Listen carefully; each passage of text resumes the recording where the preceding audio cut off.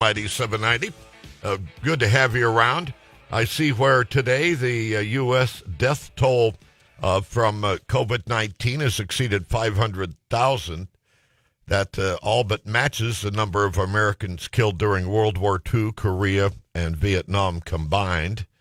Those numbers out of Johns Hopkins University are equal to the population of Kansas City, Missouri, and greater than that of Miami, Raleigh, North Carolina, or Omaha, Nebraska. It's the highest reported in the world. And that despite the rollout of vaccines since mid-December. And so, anyway, that's it. That's one we've been looking for on the scorecard, on the scoreboard of disasters that we're living through now.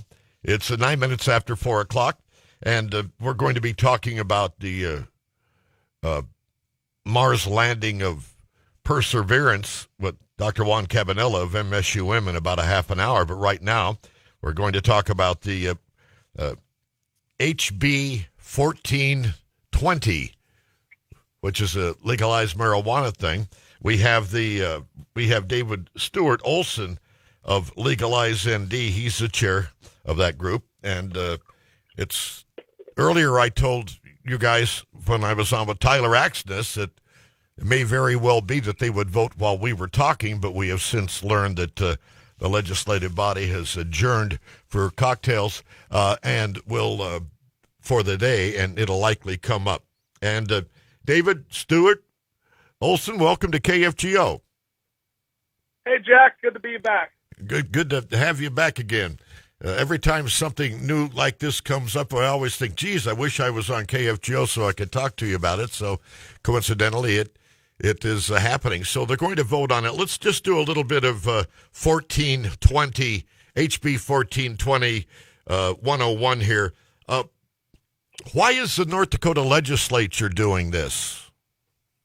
So what the North Dakota legislature has realized is their showing of unwillingness is over. With South Dakota legalizing, they've realized that it's going to happen, and they've got two options. They can either legalize it in a controlled way, or they can do it by ballot initiative. And ballot initiative policy is really a manner of last resort, and it never ends well. I mean, we've had ballot initiatives. They always cause problems. The legislature hates them. Quite frankly, they're never 100% drafted the way they need to. And so they're like, you know what? Let's do it through statute. We can all get together, work together, and make this happen. And that's why we're all here. Well, you know, the initiative, though it has had its problem, did give those guys their marching orders. You want to talk about a mandate that passed by a greater margin than most of the legislators in the previous election. And so they do have a mandate from the people, good of them, and we'll see if they end up passing it. And what does House Bill 1420 do? So House Bill 1420 is the full legalization of marijuana for recreational adult use for sale and distribution.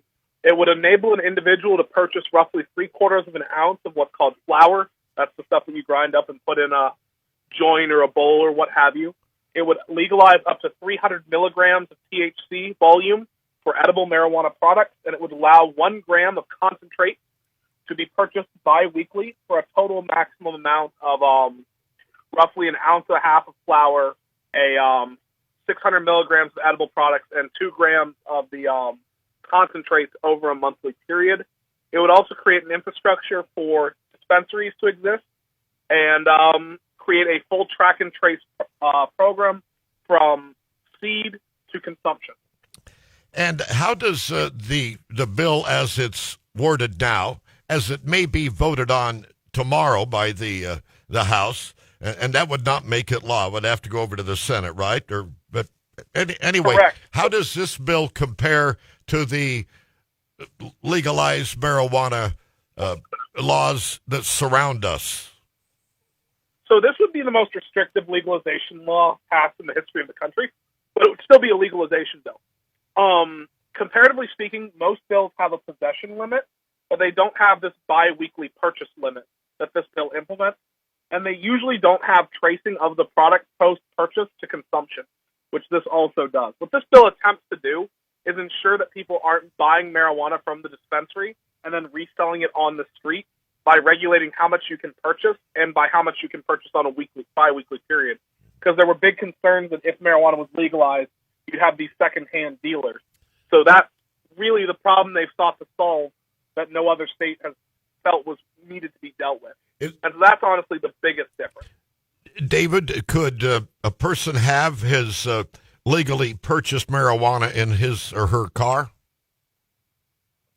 It would have to be in a sealed container. So, yes, they can have it in their car, right? When you buy it from the dispensary and go home, you have to be able to have it in your vehicle. Now, they're not allowed to consume it in the vehicle, but they are allowed to have it in a sealed container, leaving the dispensary to their home. Under this law that is being considered by the House in North Dakota, is there a fee one would pay to use the services that these dispensaries are going to be a center for purchase? So we've talked about this, and we haven't kind of agreed on a final number. It's going to be very, very small, right? So in order to swipe you to make sure you're staying within your purchase limit, they're going to issue you like a card. I know some people go to work, they have a little thing they scan when they enter the door. It's going to be something like that, which will just record how much you're purchasing. The estimate is it's going to cost like $5 to $10 to get this thing. You're going to have to renew it every so often, or if you lose it. So, yes, but not a considerable amount. Mm-hmm. And as far as the dispensaries go, is there a limit on how many of them would be licensed like there is for bars in Fargo? Yes, there is a limit. There's two different limits in play. The first is what's called a monopoly restriction, which is no individual can own more than two dispensaries within a 25 square mile area. And it's within 25 miles of each other. And the second restriction is that there will be, I believe, either 12 or 13 in the first round, with the first 4 going to the existing medical dispensary. So it would allow 8 to open in the first round, if memory serves me correctly. Huh. That seems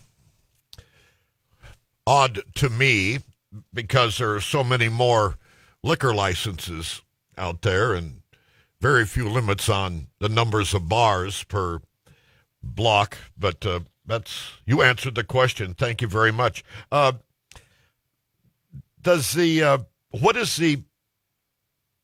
the guy wanted to buy a baggie, did you say it's how much you can buy on what in how much time? 21 grams every 2 weeks.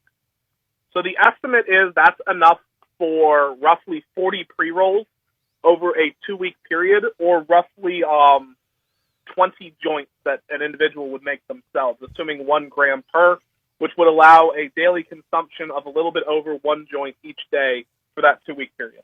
Are they, what sort of taxation would be put on this? When one buys that 21 grams or whatever it is, how much of what you pay is taxation, and for what will that be used? So the taxation is in a separate bill, in Bill 1501, designed as a companion bill. And basically the tax rate on this will be 15%. Those will be general funds, unappropriated funds. We're going to see what the Senate wants to do with the revenue. But basically it would be a 15% true tax. So if you were in Fargo, right, normal sales is, call it 8, roughly percent. It would be roughly double the current sales tax you're paying on something. So it would be a cap of 15%. Never having used the medical marijuana, and I was talking about this subject with a friend of mine, and he was concerned about the quality. He says, I remember when I was 18 years old that the marijuana you bought was so bad that you weren't sure if you were getting high or if you were hyperventilating. So is there going to be gradients of potency or what? So first off, all of the recreational product you're going to be getting at the start is medical grade, for the simple fact that that's where you're going to get it initially, because the medical dispensaries are going to be the first to spin up. Now, what does that mean? That means their marijuana had to undergo rigorous testing, and future recreational dispensaries will undergo a very rigorous testing procedure to make sure there's no chemicals, no harmful substances, and that it is within a fraction of a percent of the claimed percentages of THC and CBD. You can probably expect 20 to 25% THC variance initially, and there will be some lower than that. I don't think we'll get higher than that to start, but there is no theoretical cap on the THC from flower. So it's going to be fairly high quality. This is David Stewart Olson. He is the grassroots chair, so to speak, of Legalize ND. Those vape things, which I understand are quite popular, those will be allowed for sale, as you said a moment ago. There has been a great deal of concern within the last few months about certain vape marijuana products being laced with chemicals that were hazardous to health. Most of those came out of China, I think, or whatever. Will there be assurances that those vape products will be safe? Well, that's one of the great things about this bill, is it creates a chain of accountability and a chain of testing. So in the event that there was ever a product that had a problem, you'd be able to issue an immediate recall, and those people would be taken care of and ensure that they were safe and healthy. So yes, there is a very strong regulatory structure here to make sure it's safe and make sure it doesn't have the chemical that was causing the problem. Furthermore, by actually legalizing concentrate, we make sure that people don't have to go to the black market, and they can instead get it from a reputable dispensary, which means we're not risking these kids' lives. Well, I say kids, young adults is more appropriate. These young adults' lives on consumption of this stuff. Right. I don't know if you remember, but I did a public service announcement basically telling people that stuff was very dangerous back in the day. When we come back, I hope you have time to spend a couple of more moments. I want to find out what it does as far as somebody buying a quarter ounce from a friend like they're doing now. Would that be criminalized? And I want to talk about the edibles. And also, I want to ask you, why not just decriminalize it? So we'll get to that when we resume here. This is The Drive. I'm Jack Sunday. This is the mighty 790 KFGO. The voice of the valley on 100,000 watts of FM power. 104.7. The mighty 790 KFGO. Every sandwich has bread, every burger has a bun, but these warm, golden, smooth steam buns, these are special, reserved for the very best. The Filet-O-Fish, and you can have them too. Right now, get any size Sprite for $1. Pair it with 2 Filet-O-Fish sandwiches for $5. In a hurry, order on our app and pick up curbside. Price and participation may vary. Cannot be combined with combo meal. Single item at regular price. Ba-da-ba-ba-ba. KFGO features comprehensive news, sports, and information at KFGO.com. With local, regional, and national news stories, KFGO.com always has you covered. Subscribe for our daily email or text message alert at KFGO.com/news. News at KFGO.com is brought to you by Corwin Toyota of Fargo. Corwin, family driven for 100 years. Grandma, why was there no powwow this year? There's a disease spreading, and if we catch it, it can hurt us. It's called COVID-19. What can we do? We must keep our distance around people, always wear our masks, and avoid crowds. Got it. Vaccines are here, but until enough of us are vaccinated, we must all do our part. To learn more, visit cdc.gov/coronavirus. Brought to you by the U.S. Department of Health and Human Services. Back to The Drive with Dan Michaels on the mighty 790 and 104.7 FM KFGO.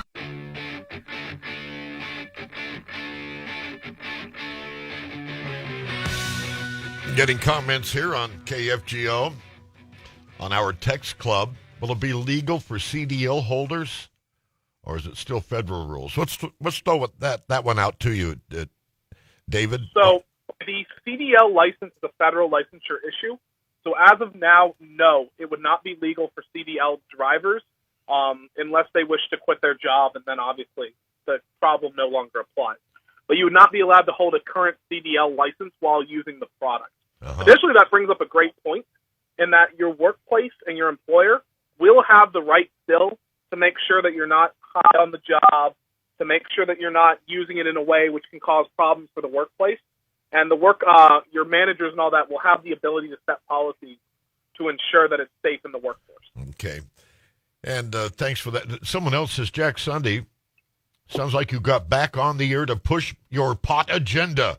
You said you were only back for that day. So somebody evidently, I did say that one time, but I'm going to be here today, and it's not my agenda. It was the voters of North Dakota's agenda. And now, because the North Dakota legislature, so many of them like to pretend that they're my dad and know better than me about all of this stuff. We wait for those doddering old. Well, anyway, and I'm going to be back on Friday as well. Someone else is glad to hear my voice. Well, thank you. Nice to see your ears. All right, why not just decriminalize marijuana? It's a weed. So the problem with decriminalization is decriminalization gets you none of the benefits of legalization while creating a lot of the problems which got us to where we are in the first place. So from a legal standpoint, all decriminalization does is serve to perpetuate and strengthen the black market. Because think about it, now that it's decriminalized, you can go and buy it with no fear of criminal penalty for yourself. But who are you buying it from? Well, you're buying it from the person who's illegally growing it.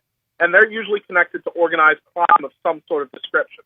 The most famous example is the cartels, but there are others. And as a result, all decriminalization serves to accomplish is prop up the cartels.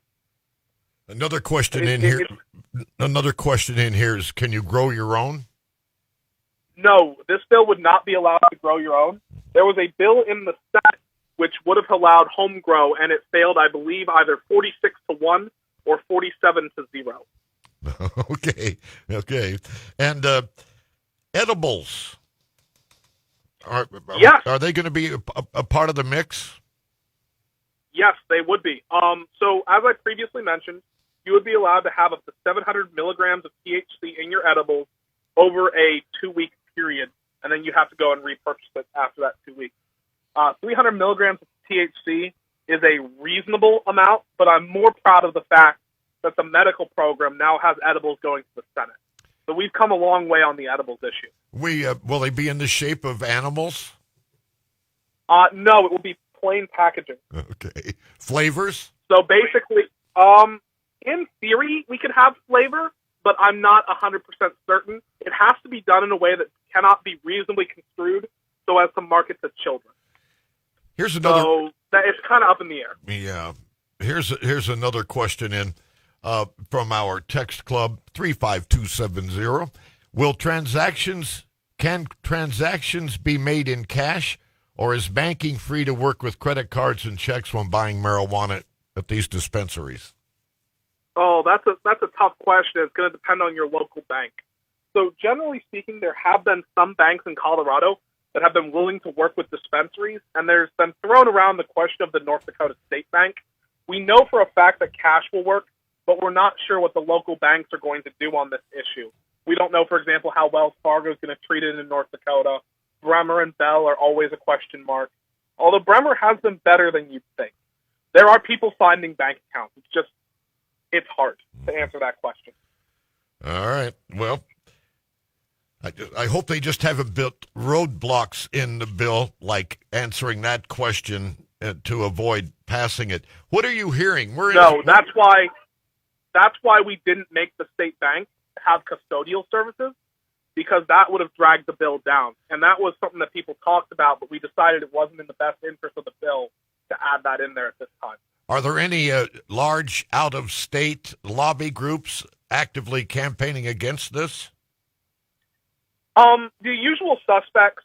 We are pretty sure at this point that certain North Dakota-based religious organizations are campaigning against it, and we are fairly certain that SAM, which is the same group from Virginia that dumped, I want to say $300,000 on us last time, is engaged in a lobbying effort. So yes, we have some confirmed and some that we think are doing it.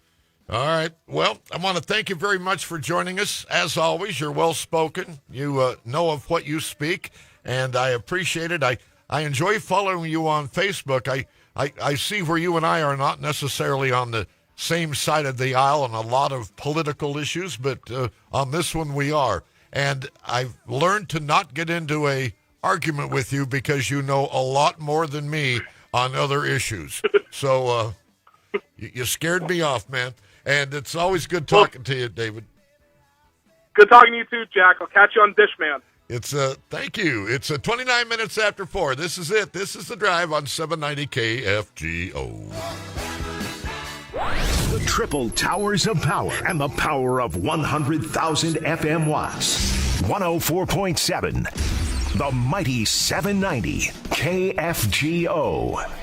Manny Mechanical is growing in Fargo, and they're currently hiring journeyman plumbers, pipe fitters, and sheet metal workers. Manny Mechanical offers higher than average wages plus a sign-on bonus too. Benefits include single and family medical, dental, and vision insurance benefits, paid holidays, paid vacation, and company match 401k. Manny Mechanical strives to have year-round work and for employees to be home each night. Join a solid and reputable company. Contact Manny Mechanical. Apply online at mannymechanical.com or in person at 4210 19th Avenue North in Fargo.